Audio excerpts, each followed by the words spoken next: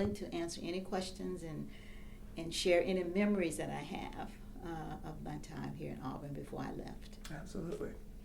Well, I mean, if you don't mind, just can we start at the very front? You said you grew up in Auburn. What was that like? Very different from what it is now, but in some ways very much the same. It was a small town, a nice little village. African Americans basically lived on one side of the railroad track, and not many of us were on the other side of the track. And the situation now is that everybody's on our side of the track now. So, because the university has expanded, it's grown. It was smaller, of course, when I was a child. I remember football games were the time we saw more cars in Auburn back in 60s and whatever. Now you see this many cars. It looks like, to me when I see it, it looks like game day all the time. Oh. So much traffic, so many buildings, so many students. And we didn't see that back in when I was growing up here. Dirt roads.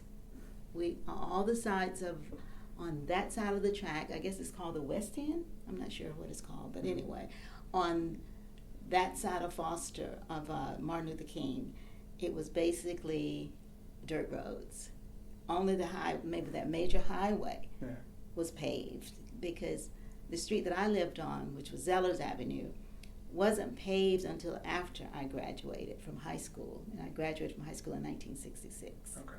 So it was dusty, but a close-knit family. I mean, close-knit community, because everybody in your particular area knew you.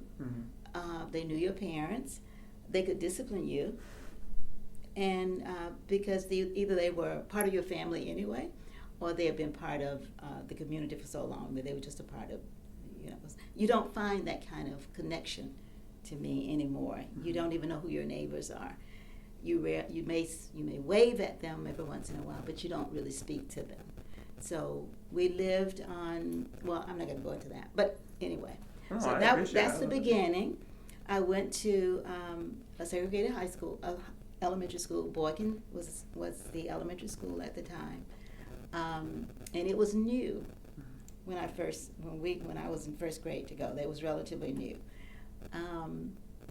All African Americans. No one else was there. Then I went to Lee County Training School. I was there for a year, and then they built Drake High School. So a group of us, one class of us, went to Drake for a year, but then the next year we came back to Lee County Training School. Yeah, the training school was like the junior high school. Okay. But they were building. They were building the high school, and they needed, I guess, more students over there. We didn't have enough, because my class was 82. I graduated with 82 people in my class. So our one class of that 7th grade went to Drake for a year. We were taught by the high school teachers for that year. But then the next year we went back for 8th grade to it's sort of crazy. I'm not sure why that happened. It did happen to my daughter, though, years later it happened to her. But so in that sense, we were very much segregated, but we also were very aware of what was happening in the world, especially in the South. That was our world at that time. We were very much aware of what was happening in terms of integration, in terms of the fight for civil rights, much more, and so we became much more active than our parents. Our parents were very cautious and wanted to be sure that we were protected, particularly my dad. He did not like the idea that we were involved in different activities for civil rights. But my mom was quieter, but we felt like she was supportive of that. And I brought the name of a young man here, and I'm sort of going around. You can stop me if you want to clarify anything. You're doing fantastic. I'm loving it. This is fantastic. But even in junior high, we were aware of things that was happening. I think that was the year. I always tell my husband, he's from the Congo. I always tell him that when I realized just how dangerous it was in the South for African Americans, for black people at the time, we weren't called African Americans, about colored people, was when Emmett Till was killed. Mm-hmm. And we saw images of that. And that stuck with me even to this day. I can't watch the movie. Because at that point I realized that I was not safe in the South. I was not safe in Auburn. I was not safe. Just because I was young did not preclude me being killed horribly if I stepped out of line. Mm-hmm. So that was a wake-up call. And I think it was a wake-up call for most people my age at that time. But it didn't stop us. We became probably more active. And then, so that was I guess I forgot how old I must have been at that time, 7 or 8. And then when I got to high school, it was the Martin Luther King era, and we were very much supportive and rallying behind what he was doing. I think it wasn't so much because there wasn't demonstrations in Auburn, by the way, Mm-hmm. except for one demonstration that I remember. And that was led by a young white student named Tom Milligan. Never forget his name. I think he was instrumental in starting the Auburn Freedom League. Okay. And we would meet at White Street Church, high school students mainly, on a weekly basis, and he would share with us and excite us about what we could do and all of that. And so he organized one march that I know of in Auburn, and it was led by him. He didn't speak, but an 11th grader, Doris Torbert, was our spokesperson. 11th grader. That's incredible. We all marched. I remember my mom, because that was a frightening time for grown-ups. Mm-hmm. But we didn't know how, we had forgotten about some of the things that scared us, so we were just oblivious to it anyway. So it's just a bunch of high schoolers who did the first march in Auburn. And Auburn has always been the kind of city that would give you a little something to satisfy you. They didn't want publicity brought from other places. They didn't want to do anything that would shine a light on Auburn. So it was always more under the cover kind of things. Certainly there was segregation in all the restaurants. You couldn't go there to eat. But in terms of police brutality and things like that we didn't experience that. Mm-hmm. But back to our first march. I remember my mom walked me down to Bell Baptist Church. That's where the march that's where we were all gonna congregate and meet and then march from there. And she took my sister back with her. I'm the middle child. Mm-hmm. She took my sister back with her, and I'm assuming my younger brother. They left me there, and good luck. I'm not sure that was, she said, if I have to sacrifice one, let me sacrifice that one that has all this energy and talk too much and always want to be involved in stuff. But I was so excited. I just remember buying my little poster, having written what I was going to say. I can't remember now what I said on the poster. But I was ready. I thought I was ready to die in order to march and to have my sign and to sing "We Shall Overcome." And so we marched from Bell Baptist Church, which was on Foster Street, all the way to what used to be the City Hall. And there was not a single, as I recall, there was not a single white person to be seen. Really? I think the police were there, but the word had gotten out, let these kids march and just be through with it. Let them march and let them speak and then go back. So we marched, and there was nobody tried to arrest us, nobody tried to heckle us, nobody did anything. I don't remember seeing a single white person. Mm-hmm. I told my husband this, and there was one black lady, she had my mother's age, who was just like a comedian. And I remember her walking down Gay Street. I think it was Gay. Yeah, the middle of that. And she said, "Don't y'all children go getting yourselves arrested for trying to get something to eat," or something like that. She said, "Don't get arrested for trying to get something to eat." And then she just laughed. But we were serious, and we kept going. And then Doris Talbert, she's Hutchison now, made her speech, and I was just in awe of her, because I think I was a senior, Mm-hmm. and she was just an 11th grader, but she spoke, and she spoke eloquently, and hopefully you have her recorded as well. My friend over in the next seat over went and interviewed her the other week, her and her sister. Okay. Mm-hmm. That their parents were much more involved than my parents. My parents never went to a meeting, you know, that wasn't what they wanted to do. But her parents were much more involved, so she was much more involved in the Freedom League than we were. I went to meetings, and I wanted to be supportive, but I was not a leader. Mm-hmm. I was one of the followers. I was a follower, and but a lot of the people that were involved in that really became leaders. So That's incredible. yeah. So, with part of the project, if you don't mind me asking, I know, Freedom League is a very big part of your history as well. Mm-hmm. Were you involved with the NAACP during this period as well, or is that more of a more recent thing? To be active in the NAACP was much more recent. Mm-hmm. I was a member of the NAACP in my early 20s. Mm-hmm. But the NAACP was really, at that time, was really run by people my mother's age, more so, like Miss Ann Higgins and Mary Brooks, Mm-hmm. and those people. So, and they did things by the book. They did things a different kind of way than like Tom was doing. They never organized those kind of meetings and rallies and things. So I remember being a member later, but not active. Mm-hmm. Just being paying my dues Mm-hmm. to support them.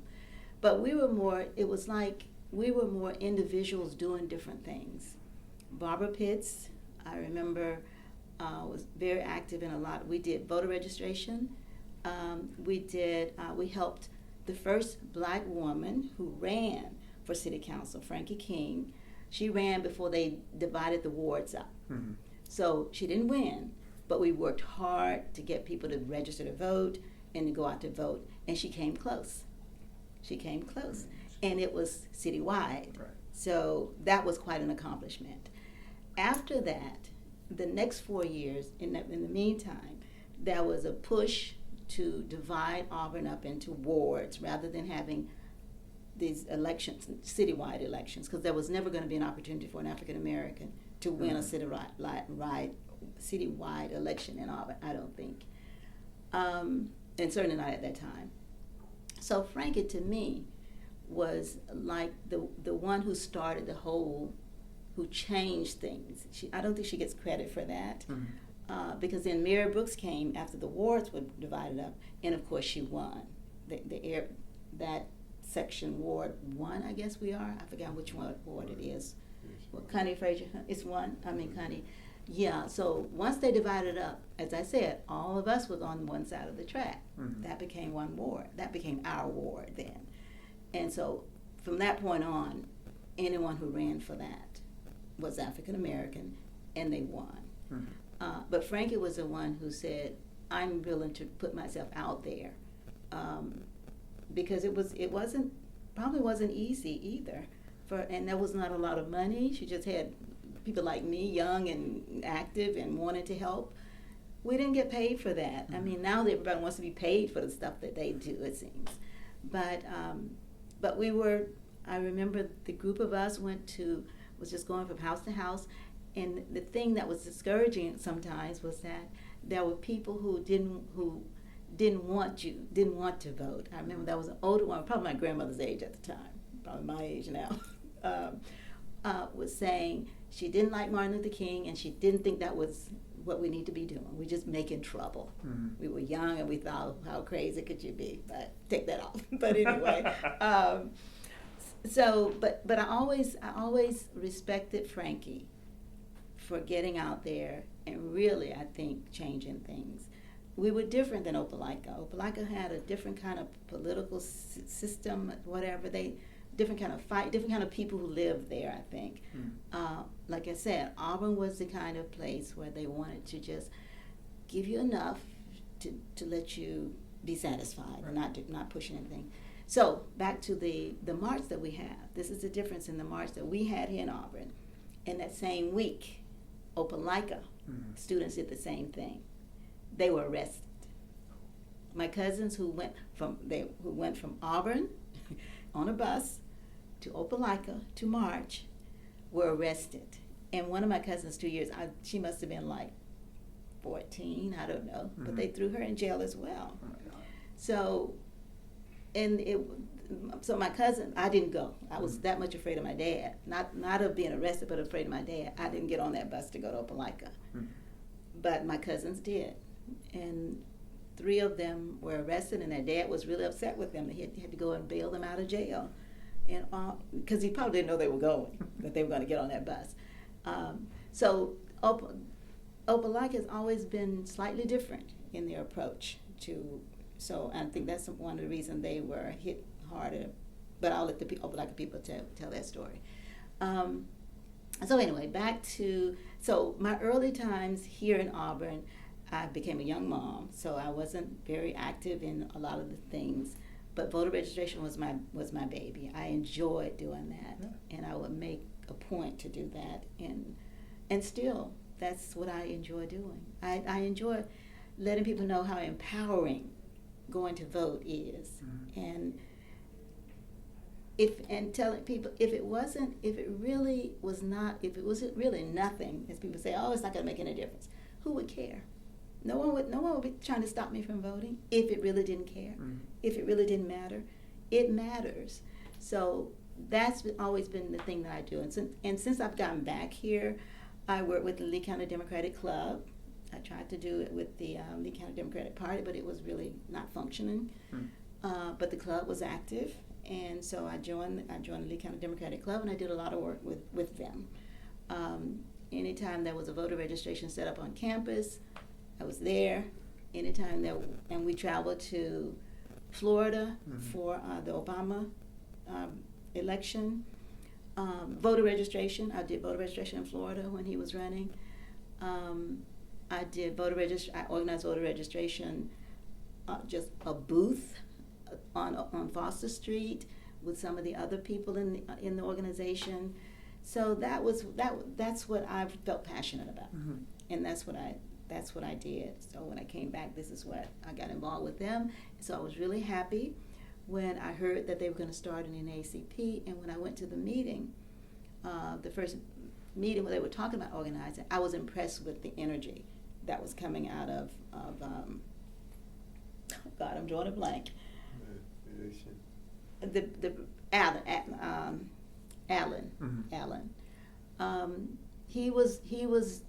He had a lot of passion for making things, for starting an organization back again and making things happen. So I was real pleased with that. So I was part of that organizing of that.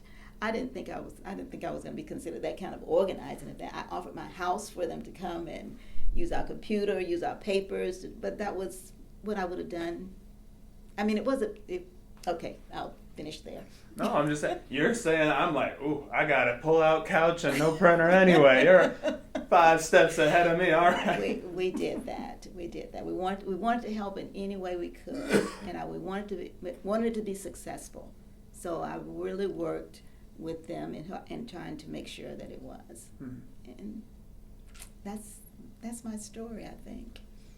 Yeah, that's an incredible story. And if you don't mind me asking, so you said you had 1 child. Do you have any more? Oh yeah, we have 5. Oh my. We have 5 kids. One was a gift from my husband because this is our second marriage for both of us. And but I have 4 kids, and my gift lives in Montreal, and the rest of them are in New York, Florida, Augusta, and I'm trying to think of two in Georgia, Augusta and where we live now. That's fantastic. So yeah. Well, that's fantastic. And one of the kids has my passion for, and she started this when she was probably 3 or 4. She's an attorney now, but I remember her saying when I think it was even before the car seats. I mean, not the car seats. The seat belts were mandatory. But we were telling her to sit back. We were driving, and we said to sit. This is my youngest daughter, Zawadi. Sit down in the back, and she said, I thought this was a free country. And she's moved from that to being, now she works what? Well, she worked with